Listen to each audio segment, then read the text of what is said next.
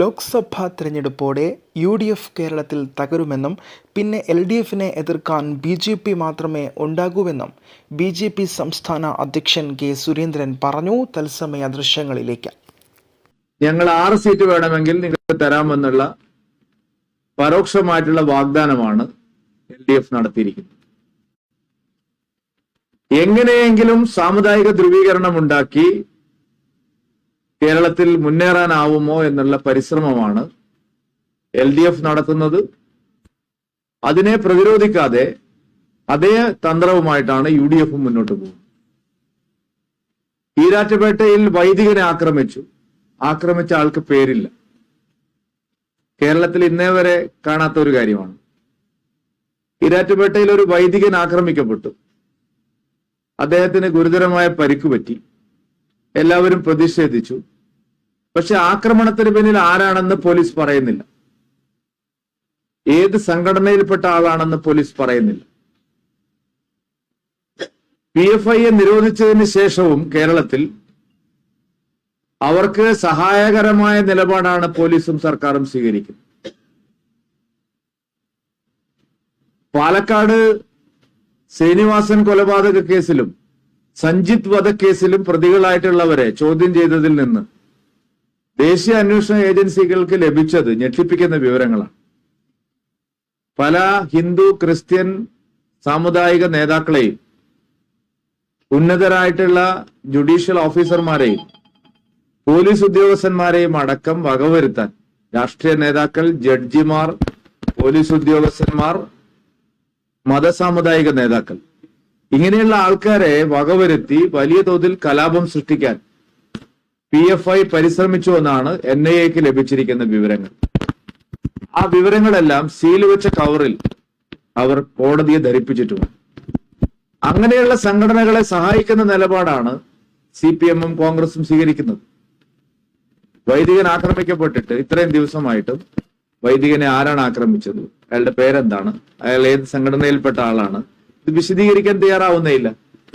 മറ്റേതെങ്കിലും സംസ്ഥാനത്തായിരുന്നെങ്കിൽ ഒരു ചെറിയ സംഭവം പോലും വലിയ തോതിൽ ഭരണകൂട ഭീകരതയായിട്ട് ചിത്രീകരിച്ചിരുന്ന ഇടതുപക്ഷവും അവരെ അനുകൂലിക്കുന്ന മാധ്യമങ്ങളും മൗനം പാലിക്കുകയാണ്. ഇന്നലെ മന്നത്ത് ആചാര്യനെതിരായിട്ട് ദേശാഭിമാനിയിൽ ലേഖനം വന്നിരിക്കുന്നു. NSSന്റെ സ്ഥാപകനും നവോത്ഥാന നായകനുമായിട്ടുള്ള മന്നത്ത് ആചാര്യനെതിരായിട്ടുള്ള പരാമർശങ്ങൾ അടങ്ങിയ ലേഖനം ദേശാഭിമാനിയിൽ വന്നിരിക്കുന്നു. കോൺഗ്രസ് ഒരു അക്ഷരം മിണ്ടുന്നില്ല. LDF മന്നത്ത് ആചാര്യനെ ആക്രമിക്കുമ്പോൾ, അദ്ദേഹത്തിനെതിരായിട്ടുള്ള നിലപാട് സ്വീകരിക്കുമ്പോൾ UDF മൗനം പാലിക്കുകയാണ്. നവോത്ഥാന നായകന്മാരെ സംരക്ഷിക്കാൻ വേണ്ടി നിലപാടെടുത്താൽ അത് മുസ്ലിം വോട്ട് നഷ്ടപ്പെടുമോ എന്നുള്ള പേടിയാണ്, വിചിത്രമായ പേടിയാണ് കോൺഗ്രസ്. എല്ലാ കാലത്തും തെരഞ്ഞെടുപ്പിൽ സഹായം ലഭിക്കുന്ന കോൺഗ്രസ് പക്ഷെ ഒരു ആപത്ത് വരുമ്പോ ആരെയും തിരിച്ച് സഹായിക്കുന്നില്ല. പാലാ ബിഷപ്പിനെ ആക്രമിച്ചപ്പോ കോൺഗ്രസ് സഹായിച്ചില്ല. ഈരാറ്റുപേട്ടയിൽ വൈദികൻ ആക്രമിക്കപ്പെട്ടപ്പോ കോൺഗ്രസ് സഹായിച്ചില്ല. മന്നത്താചാര്യനെ ആക്ഷേപിക്കുമ്പോ കോൺഗ്രസ് സഹായിച്ചില്ല. തെരഞ്ഞെടുപ്പിൽ വോട്ട് നേടിക്കഴിഞ്ഞാൽ പിന്നീട് ആക്ഷേപിക്കുന്ന നിലപാടാണ് VD സതീശന്റെ കോൺഗ്രസ്. NSSന്റെയും SNDPയുടെയും ആസ്ഥാനത്ത് പോയി വോട്ട് അഭ്യർത്ഥിച്ച് തെരഞ്ഞെടുപ്പ് കഴിഞ്ഞപ്പോൾ എണ്ണ നിരങ്ങുന്നവരല്ല എന്ന് പറയുകയാണ് കോൺഗ്രസ്. പാലം കടക്കുവോളും നാരായണ പിന്നെ കൂരായണ എന്നുള്ളതാണ് സതീശന്റെ കോൺഗ്രസ് പാർട്ടിയുടെ നിലപാട്. ഇതെല്ലാം മുസ്ലിം വർഗീയ ശക്തികളെ പ്രോത്സാഹിപ്പിക്കാനാണ്. ഈ നിലപാടിനെ എതിർത്തുകൊണ്ടാണ് ദേശീയ ജനാധിപത്യ സഖ്യം BJP കേരളത്തിൽ മുമ്പോട്ട് പോകുന്നത്. നരേന്ദ്രമോദി എന്നുള്ള വികാരം സംസ്ഥാനത്ത് വളരെ ശക്തമാണ്.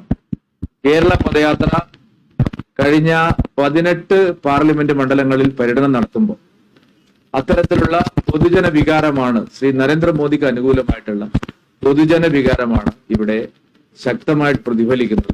അത് മനസ്സിലാക്കിയാണ് പദയാത്രക്കെതിരായിട്ടുള്ള നുണപ്രചാരണങ്ങളുമായിട്ട് ചില ആളുകൾ രംഗത്ത് വന്നത്. ഇതൊന്നും വിജയിക്കാൻ പോകുന്നില്ല. കേരള പദയാത്ര 27-ന് നരേന്ദ്രമോദി അദ്ദേഹത്തിന്റെ പദയാത്രയുടെ സമാപന സമ്മേളനത്തിൽ പങ്കെടുക്കും. അത് കഴിഞ്ഞാൽ കേരളത്തിൽ ലോക്സഭാ തെരഞ്ഞെടുപ്പിന്റെ നേരിട്ടുള്ള പ്രവർത്തനങ്ങളാണ് ഇത്തവണ NDA ആയിരിക്കും ഏറ്റവും ശക്തമായിട്ടുള്ള മുന്നണി കേരളത്തിൽ എന്നുള്ള കാര്യത്തിൽ സംശയം.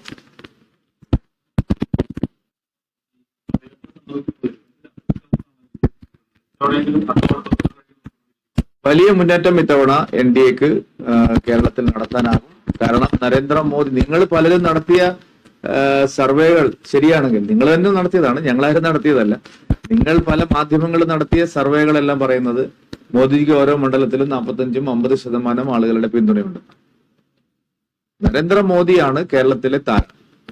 മോദിയുടെ ഗ്യാരണ്ടിയാണ് ഇത്തവണത്തെ ഏറ്റവും വലിയ ചർച്ചാ വിഷയം. ബാക്കിയെല്ലാം നുണപ്രചാരണങ്ങളൊന്നും ഇവിടെ വിലപ്പോവില്ല. നരേന്ദ്രമോദിയും അദ്ദേഹത്തിന്റെ വികസന രാഷ്ട്രീയവുമാണ് ഇത്തവണ കേരളം ചർച്ച ചെയ്യാൻ പോകുന്നത്. മുസ്ലിങ്ങളും ക്രിസ്ത്യാനികളും അടക്കം എല്ലാവരും ആ അജണ്ടയോട് യോജിക്കുന്ന സമീപനമാണ് സ്വീകരിച്ചിട്ടുള്ളത്.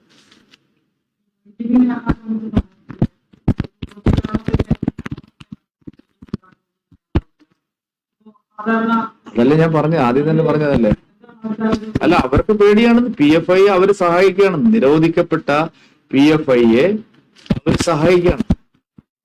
ഈ NIA ഇടപെട്ട് കേസ് അന്വേഷിച്ച് ആ ഭീകര സംഘടനയെ നിരോധിച്ചിട്ടും കേരളത്തിൽ അവർക്ക് തലപൊക്കാൻ കഴിയുന്നു. വേറെ എവിടെയും തലപൊക്കാൻ കഴിയുന്നില്ല. കേരളത്തിൽ തലപൊക്കാൻ കഴിയുന്നത് സർക്കാരിന്റെ സഹായവും പ്രതിപക്ഷത്തിന്റെ സഹായവും ഉള്ളതുകൊണ്ടാണ്. ഈരാറ്റുപേട്ടയിൽ ആക്രമിക്കപ്പെട്ട വൈദികന്റെ കേസിൽ ആരാണ് അതിന്റെ പ്രതി എന്ന് പോലും സർക്കാർ വ്യക്തമാക്കാൻ തയ്യാറാവുന്നു. ഇത് ഗുരുതരമായ ഒരു സാഹചര്യമാണ്.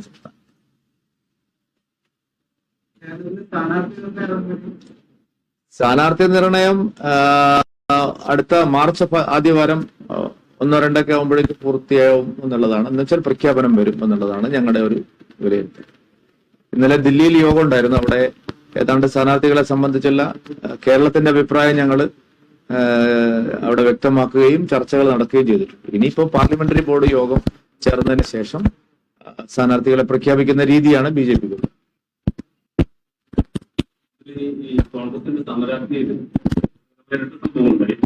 ആലപ്പുഴയിൽ വെച്ച് അവിടെ പ്രതിപക്ഷ നേതാവിനെ എത്രമാത്രം കോൺഗ്രസിനകത്ത് ആളുകൾ പിന്നെ പരസ്പര ബഹുമാനത്തോടു കൂടിയാണ് പെരുമാറുന്നത് എന്നുള്ളതിന്റെ ഏറ്റവും വലിയ തെളിവാണിത്. ഞാൻ ആ വാക്കുകളൊന്നും പറയുന്നില്ല. പക്ഷെ കോൺഗ്രസ് പാർട്ടിയുടെ അധപ്പതനം കേരളത്തിൽ എത്രമാത്രം അവര് തകർച്ചയെ നേരിട്ടുകൊണ്ടിരിക്കുകയാണെന്നുള്ളതിന്റെ തെളിവാണ്. എങ്ങനെ ആ പാർട്ടിക്ക് ഇനി പിണറായി വിജയന്റെ നേതൃത്വത്തിലുള്ള ഈ ഫാസിസ്റ്റ് ശക്തികളെ നേരിടാൻ കഴിയും? അവർക്ക് സാധിക്കില്ല. ഈ ലോക്സഭാ തെരഞ്ഞെടുപ്പോടുകൂടി കോൺഗ്രസിന്റെ കാലം കഴിയുന്നുള്ള കാര്യത്തിൽ സംശയം. ഈ LDFന്റെ വർഗീയത, ഇവരുടെ അക്രമ രാഷ്ട്രീയം, അഴിമതി, ഇതിനെ ചോദ്യം ചെയ്യാൻ ഇവിടെ NDA മാത്രമേ ഉണ്ടാവുള്ളൂ ഈ ഇലക്ഷൻ. ഈ ഇലക്ഷൻ കഴിയുന്നതോടുകൂടി കോൺഗ്രസിന്റെ കഥ കഴിയും. നിങ്ങൾ അതിൽ ഒരു സംശയവും നിങ്ങൾക്ക് വേണ്ട. UDF എന്ന് പറയുന്ന സംവിധാനം തകരും കേരളം. ഈ ലോക്സഭാ തെരഞ്ഞെടുപ്പോടുകൂടി കോൺഗ്രസിന്റെ കഥ കഴിയും എന്നുള്ള കാര്യത്തിൽ സംശയം. പിന്നെ LDFും അവരുടെ നേതൃത്വത്തിലുള്ള വർഗീയ ശക്തികളും ഞങ്ങളും തമ്മിലുള്ള മത്സരമായിരിക്കും ആത്യന്തികമായി കേരളത്തിൽ. പത്തനംതിട്ടയിലേക്ക് ഇപ്പം അവിടുത്തെ MP KPCC പ്രസിഡന്റ് തങ്ങളുടെ പേരാണ്. BJP നേതാക്കളാണോ? അതെ, അങ്ങനെ തന്നെയാണല്ലോ. ഈ മറ്റേ നാരായണ നാരായണ നാരായണ നാരായണൻ എപ്പോഴും ജപിച്ചുകൊണ്ടിരിക്കുമ്പോ അതാണല്ലോ അവരിപ്പം മോദി മോദി മോദി മോദി എന്ന് പറഞ്ഞ് എല്ലാവരും മോദി അനുകൂലികളായിട്ട് നമ്മുടെ രാജ്യത്ത് മാറുകയാണ്. പിന്നെയും സംശയം അദ്ദേഹത്തിന്. പിന്നെ തിരിഞ്ഞ് ഞാൻ പറഞ്ഞത് ശരി തന്നെയാണെന്ന് അദ്ദേഹം ചോദിക്കുന്നത് പോലെയാണ് എനിക്ക് തോന്നുന്നത്. എനിക്ക് എങ്ങനെ തോന്നുന്നു എനിക്ക് അറിഞ്ഞൂടാ. അദ്ദേഹത്തിന് പിന്നെയും ഒരു സംശയം. ഒരുപാട് കോൺഗ്രസ് നേതാക്കളെ BJP കേരളത്തില് അല്ല, ഞാൻ പറഞ്ഞതിലെല്ലാം ഉണ്ട്. 2024 ലോക്സഭാ തെരഞ്ഞെടുപ്പ് കഴിയുമ്പോഴേക്കും കോൺഗ്രസിന്റെ കഥ കഴിയുമെന്ന് ഞാൻ പറഞ്ഞില്ലേ. കോൺഗ്രസിന്റെ കഥ കഴിയും കേരളത്തിൽ. അപ്പൊ പിന്നെ അവര് ദേശീയ തലത്തിലെ പോലെ തന്നെ അവർക്ക് നിൽക്കക്കള്ളിയില്ലാത്ത സ്ഥിതി വരും. അത് ലീഗ് നേരത്തെ മനസ്സിലാക്കുന്നു എന്നാണ് എനിക്ക് തോന്നുന്നത്. ലീഗിനിപ്പോ പിന്നെ എന്തെങ്കിലും ഒന്ന് പറഞ്ഞ് ചാടിയാൽ മതി എന്നുള്ള ഒരു സ്ഥിതിയിലാണ് ലീഗ് ഉള്ളത്. അല്ല, കോൺഗ്രസ് ഇല്ലാതാവുന്നു കേരളത്തിൽ. കോൺഗ്രസിലെ അണികളും നേതാക്കളും പിന്നെ എങ്ങോട്ട് പോകുന്നതാണ് നിങ്ങൾ വിചാരിക്കുന്നത്? അവരുടെ കഥ കഴിയും. ഞാനത് വെറുതെ ഒരു പ്രവചനം നടത്തുന്നതല്ല. ഈ ലോക്സഭാ തെരഞ്ഞെടുപ്പ് കഴിയുമ്പോഴേക്കും കേരളത്തിൽ കോൺഗ്രസിന്റെ കഥ കഴിയും. അത് കഴിഞ്ഞ് LDF-നെ നിയമസഭാ തെരഞ്ഞെടുപ്പിൽ ജനങ്ങളുടെ പ്രതിപക്ഷമായിട്ട് NDA നേരിടും. തൃശ്ശൂർ സീറ്റ് സംബന്ധിച്ച് തൃശ്ശൂര് വലിയ മുന്നേറ്റം BJP ഉണ്ടാക്കുമെന്ന് പറയുന്നത്. തൃശ്ശൂരല്ല, എല്ലാ സ്ഥലങ്ങളിലും ഉണ്ട്. പാലക്കാട് എന്താ മോശമാണ്? പാലക്കാട് ഇത്തവണ NDA ജയിക്കുന്ന ഒരു മണ്ഡലം. അവർ പ്രഖ്യാപിക്കട്ടെ. എന്റെ കാര്യം ഞാൻ പറഞ്ഞിട്ടുണ്ട്, ബാക്കി കാര്യങ്ങൾ അവരാണ് തീരുമാനിക്കുന്നത്. BDJS-ഓട് ബന്ധപ്പെട്ട് അവർ കൂടുതൽ സീറ്റ് കൊടുക്കുന്നൊരു ആവശ്യം വെച്ചെന്ന് അറിഞ്ഞു. അല്ല, അത് സ്വാഭാവികമായിട്ടും ഘടകകക്ഷികൾ ചോദിക്കില്ലേ. പക്ഷെ അത് തീരുമാനമൊക്കെ എടുക്കുന്നത് ഉചിതമായ തീരുമാനമായിരിക്കും. അല്ല, ചില സീറ്റുകളിൽ മാറ്റമുണ്ട്. എല്ലാം ഞാനിവിടെ പറഞ്ഞു കഴിഞ്ഞാൽ പിന്നെ പ്രഖ്യാപിക്കുന്നതിന് ഒരു പ്രസക്തി ഇല്ല.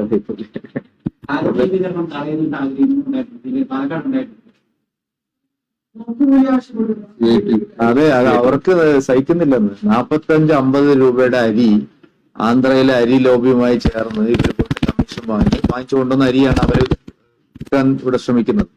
അതിന് പകരം നല്ല ഒന്നാം തരം അരി 29 രൂപയ്ക്ക് കിട്ടുമ്പോൾ അവർക്ക് സഹിക്കുന്നില്ല. ജനങ്ങൾക്ക് 16 രൂപ ലാഭം കിട്ടുന്നത് അല്ലെങ്കിൽ 20 രൂപ ലാഭം കിട്ടുന്നതല്ല അവരുടെ പ്രശ്നം. അവരുടെ കമ്മീഷൻ അടിച്ച് വാങ്ങിയ അരി ഇവിടെ കച്ചവടക്കാർ വഴി വിൽക്കണം. അതിനാണ് അവർ ശ്രമിക്കുന്നത്. അത് ഈ നാട്ടിൽ ജനങ്ങൾ തിരിച്ചറിഞ്ഞുകൊള്ളും. ഇനി കരി എന്ന് വരും അറിയില്ല. വന്നോ? വന്നോ?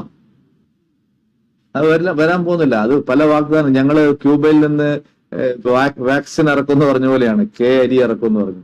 അരി ഇറക്കുമ്പോഴേക്കും ഇവിടെ ആള് പട്ടിണി കിടന്ന് ചാവും. അതുകൊണ്ടാണ് മോദി നല്ല ഭാരത് അരി കേരളത്തിലെ ജനങ്ങൾക്ക് കൊടുക്കുന്നത്. അപ്പൊ അത് തടയാൻ ശ്രമിച്ചാല് വലിയ പ്രത്യാഘാതം ഉണ്ടാവും നമ്മുടെ നാട്ടിൽ. ജനങ്ങൾ തന്നെ അത് കൈകാര്യം ചെയ്യും.